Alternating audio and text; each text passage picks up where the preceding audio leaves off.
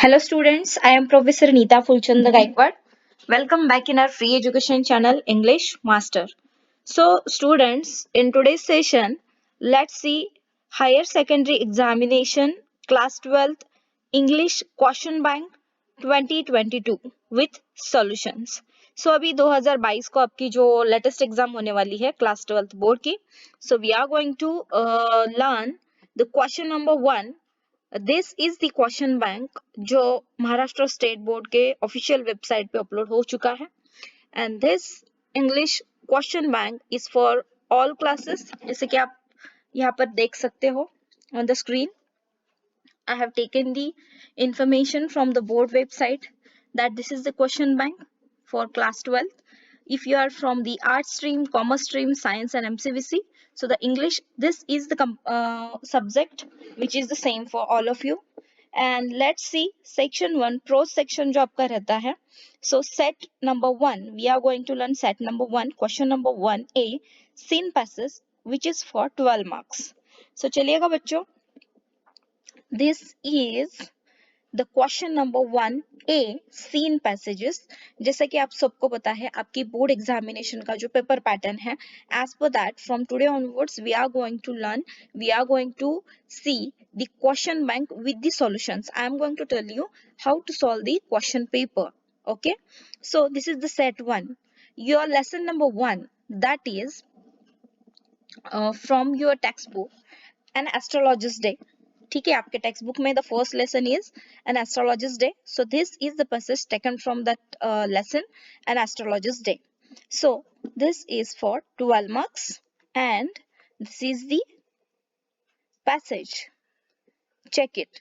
सो देखिएगा, अभी मैं ये पैसेज को सिर्फ आपको दिखा रही हूँ, लेकिन later on you will do one thing. आप वीडियो को पॉज कीजिएगा. You just pause the video and just check and just see all the lines in the passage. आप इसको ध्यान से पढ़िएगा. just read it and let's start for the question answers.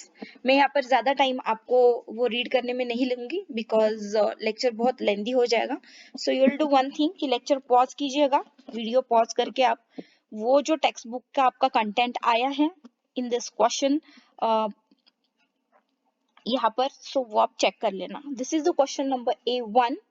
जैसे कि आपके क्वेश्चन पेपर में रहेगा question number A1, state if the given statements are true और फॉल्स. आपको क्या करना है बच्चों, ये आपका रहता है ऑब्जेक्टिव यानी कि फैक्चुअल क्वेश्चंस आप जिसे बोलते हैं. दिस इज बेसिकली ये सिंपल रहता है, ट्रू फॉल्स या फिर सीक्वेंस में आपको सेंटेंसेस लगाने हैं. ठीक है, सो दिस इज द ट्रू और फॉल्स का यानी कि कौन से सेंटेंसेस सही है और कौन से सेंटेंसेस स्टेटमेंट्स गलत है.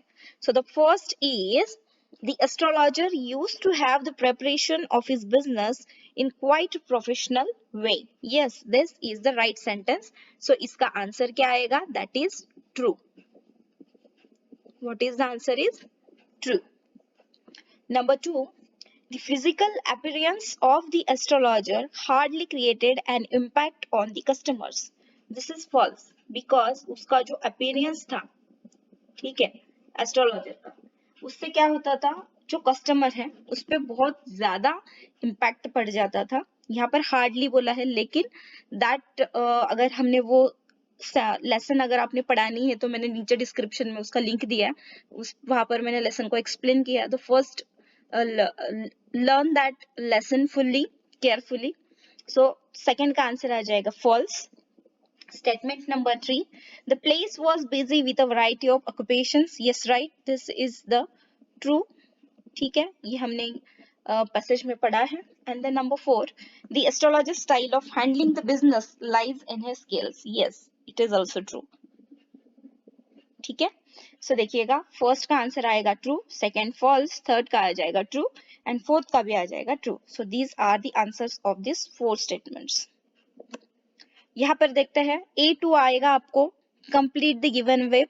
ये कितने मार्क्स के लिए रहेगा? This is for 2 marks. So यहाँ पर देखिएगा बच्चों, ये जो है ऑलरेडी ब्लैंक रखे हुए हैं, number 1, number 2, number 3 and number 4। ये जो बॉक्सेस है ये ब्लैंक थे, लेकिन I have given the answers here. आपको क्या आ जाएगा, ये 1 2 3 4 जो है वो बॉक्सेस ब्लैंक आ जाएंगे। ओनली यहाँ पर क्या आएगा, इन सेंटर में जो बॉक्स है, एक्टिविटीज ऑफ द एस्ट्रोलॉजर, यानी कि एस्ट्रोलॉजर ने कौन कौन सी एक्टिविटी की है। So through out the passage आपको वो चेक करना है एंड वो एक्टिविटी आपको यहाँ पे लिखनी है।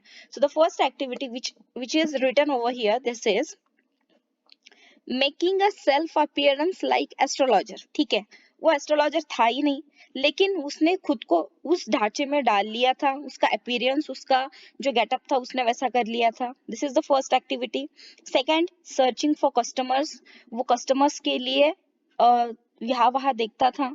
देन सेटिंग इक्विपमेंट, वो अपने जो इक्विपमेंट्स है उनको ध्यान से लगाता था। And the fourth is carried the wages at the home at the end of the day, और दिन के अंत में वो जितना भी कमाई कर लेता है वो घर पे लेके जाता था। तो दिस आर द 4 एक्टिविटीज जो यहाँ पर लिखी है।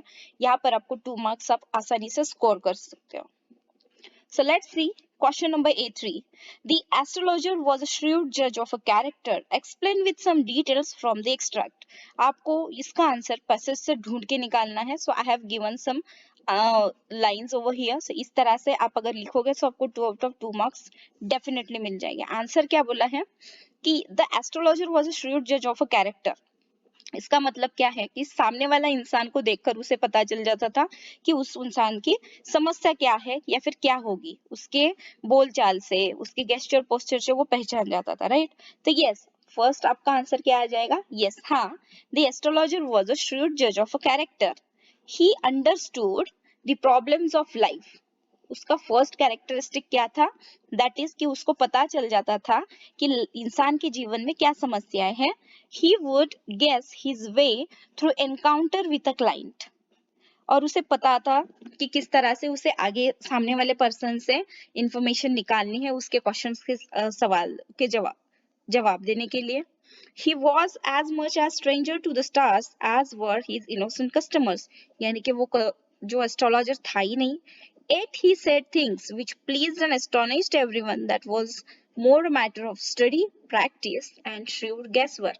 यानी कि वो जो अंदाजा लगाने का तरीका उसका था, इसकी वजह से जो प्रैक्टिस उसने की थी, जो उसने लोगों का अध्ययन किया था, उससे सब चीजें करना आसान हो चुका था।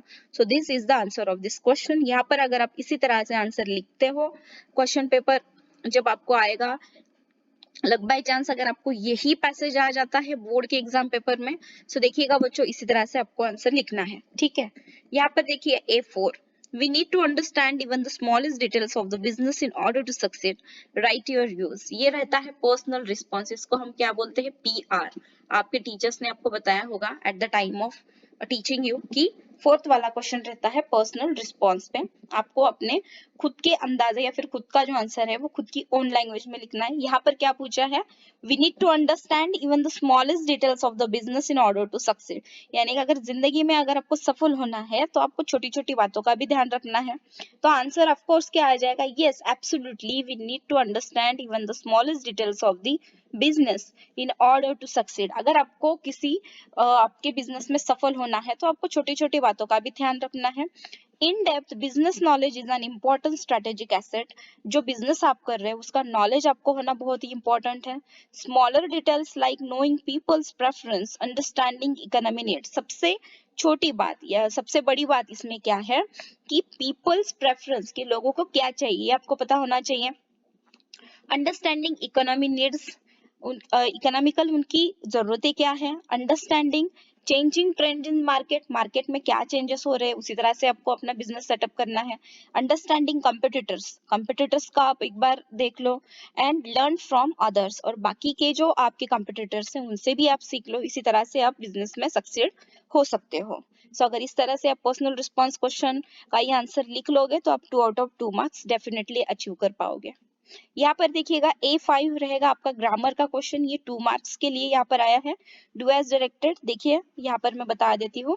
नंबर 1 लिखा है, it was a remarkable place in many ways. सो यहाँ पर आपको क्या करने के लिए बोलो बच्चों, that is Choose correct alternative to rewrite the given sentence as an exclamatory sentence. Exclamatory sentence का मतलब तो पता है, exclamation mark जहां पर आ जाता है वो क्या होता है, exclamatory sentence. ये तो आपको पढ़ाया होगा आपके कॉलेज में. तो यहाँ पर इसका हमें करेक्ट ऑल्टरनेटिव चूज करना है. फर्स्ट क्या दिया है, it was remarkable place in many ways. अभी इट वॉज तो नहीं आएगा एज इट इज, ठीक है. How remarkable place in many ways it was, how भी नहीं आएगा यहाँ पर. Then what a remarkable place in many ways it was, देखते हैं ये आता है कि नहीं. और फोर्थ वाला ऑप्शन है what remarkable in many veg the place it was. तो इसका आंसर आ जाएगा बच्चों, सही आंसर है what a remarkable place in many ways it was. यहाँ पर देखिए, यहाँ पर वेरी नहीं आया. अगर वेरी आ जाता है, it was a very remarkable, यहाँ पर वेरी आ जाता तो यहाँ पर आप क्या चूज कर लेते, हाउ का ऑप्शन. लेकिन यहाँ पे वेरी नहीं है, यहाँ पर क्या आया, सिर्फ और remarkable place in many veg. And it was तो क्या है, यहाँ पर देखिए इट क्या हो गया यहाँ पे सब्जेक्ट, एंड वॉज क्या हो गया आपका वर्ब, और ये बाकी का हो गया ऑब्जेक्ट. तो हमारा इंग्लिश का जो सेंटेंस का स्ट्रक्चर है S plus V plus O का है, राइट. तो हमें लिखते वक्त कैसे लिखना है, यहाँ पर देखिए हमने यहाँ पर क्या लिया, व्हाट. ठीक है, जब वेरी नहीं आएगा तो आप क्या यूज करोगे, एक्सक्लेमेटरी सेंटेंस बनाने के लिए व्हाट के बाद हमने पूरा ऑब्जेक्टिव जो था वो लिया, that is what a remarkable place in many veg. और उसके बाद हमने लिया सब्जेक्ट एंड देन जो आपका वर्ब है वो, एंड देन हमने एक्सक्लेमेशन मार्क यहाँ पर पुट किया. एक ही डिफरेंस ध्यान में रखना है, व्हाट और हाउ कब यूज करना है. वेरी अगर आ जाता है सेंटेंस में तो आपको हाउ चूज करना है. अगर आपके सेंटेंस में वेरी नहीं आता तो आपको व्हाट चूज करना है. लेकिन at the end of the sentence आपको ये भी ध्यान में रखना है कि फर्स्ट सब्जेक्ट आता है, उसके बाद जो आपका वर्ब है वो आ जाएगा, लेकिन उससे पहले पूरा का पूरा ऑब्जेक्ट एज इट इज यहाँ पर उठा लेना है. तो आपका आंसर रहेगा करेक्ट ऑप्शन, सेंटेंस नंबर 3. दूसरा देख लेते हैं. He spread out his professional equipment which consisted of a dozen cowrie shells.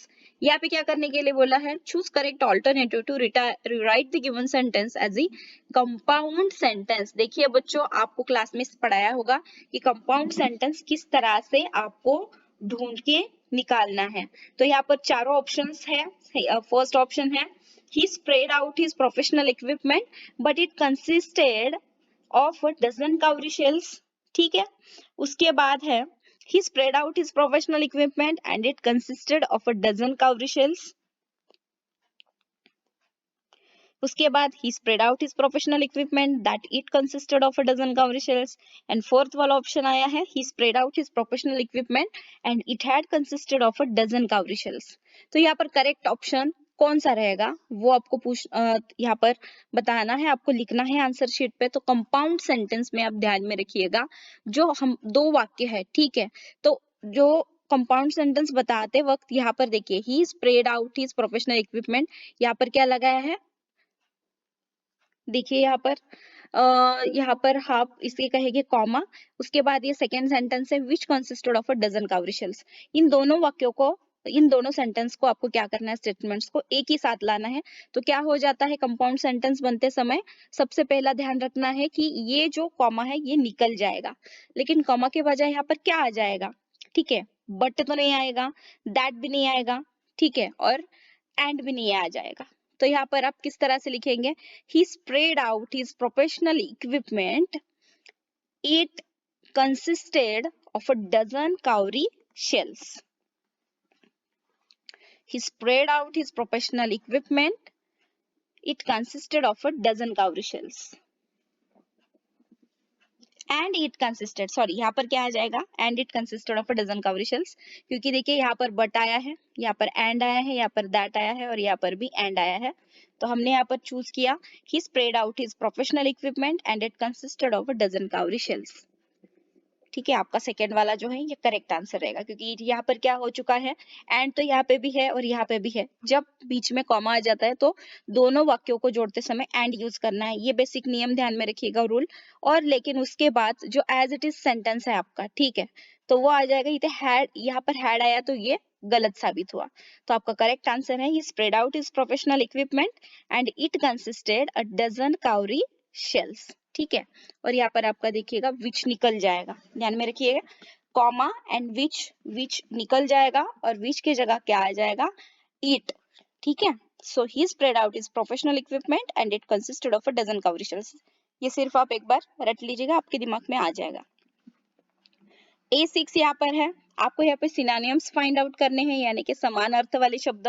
Find the synonyms for the following word from the passage, आपको पैसेज से ढूंढ के निकालना है। सो देखिए कंफ्यूजिंग के लिए आपके पैसेज में क्या आया है, bewildering, ये ध्यान में रखिएगा। हैंगिंग अराउंड के लिए क्या आया है, डिलाइट आया है। उसके बाद डिफिकल्ट टू अंडरस्टैंड के लिए क्या आया है, ऑब्सकर आया है। एंड मैजिकल इफेक्ट के लिए आया है एनहांसमेंट। ठीक है, सो ये सारे के सारे जो क्वेश्चंस हैं आंसर्स के साथ अपने अभी नोटबुक में लिख लीजिएगा, प्रैक्टिस कीजिएगा, और यहाँ पर आप इस तरह से 2 मार्क्स स्कोर कर सकते हो। सो बच्चों देखिएगा कि हमने पहला जो सेट है, सेट 1 यहाँ पर कंप्लीट कर दिया है। और एग्जाम में कौन सा भी सेट आ सकता है, ऐसा नहीं है कि जो हमने पढ़ाया है वो 101% वही के वही। मैं आपको ऐसा नहीं बोलूंगी, कई चैनल्स यूट्यूब चैनल पे ये मैंने देखा है कि नहीं यही आएगा यही आएगा, ऐसा कुछ नहीं है। आपको सारे लेसन्स के सारे जो पैसेजेस यहाँ पर दिए हैं क्वेश्चन बैंक में, सभी के सभी आपको अच्छे से स्टडी करने हैं। जो कोई भी क्वेश्चन आ जाएगा आपको उसका अच्छे से जवाब लिखना आना चाहिए, क्योंकि देखिए बच्चों की मोस्ट ऑफ द सेंटेंसेस जो है, मोस्ट ऑफ द क्वेश्चंस बहुत ही सिंपल है। सिर्फ पर्सनल रिस्पॉन्स में आपको वहां पर थोड़ा सा दिमाग लगाना पड़ेगा। तो चलिएगा, नेक्स्ट में सेट 2 जल्दी अपलोड कर दूंगी। सारे लेसन्स के हम एक सेट कवर अप कर देंगे। उसके बाद हम पोएम के पास जाएंगे, then writing skills and then drama का जो सेक्शन है हमारा। तो सारा हम जो क्वेश्चन बैंक है पूरा का पूरा जल्द से जल्द अपलोड करने का प्रयास करेंगे। अगर चैनल को सब्सक्राइब नहीं किया तो सब्सक्राइब कर देना, लाइक कर देना, शेयर कर देना। जल्दी ही मिलते हैं नेक्स्ट लेक्चर में, तब तक के लिए thank you so much, take care and bye bye.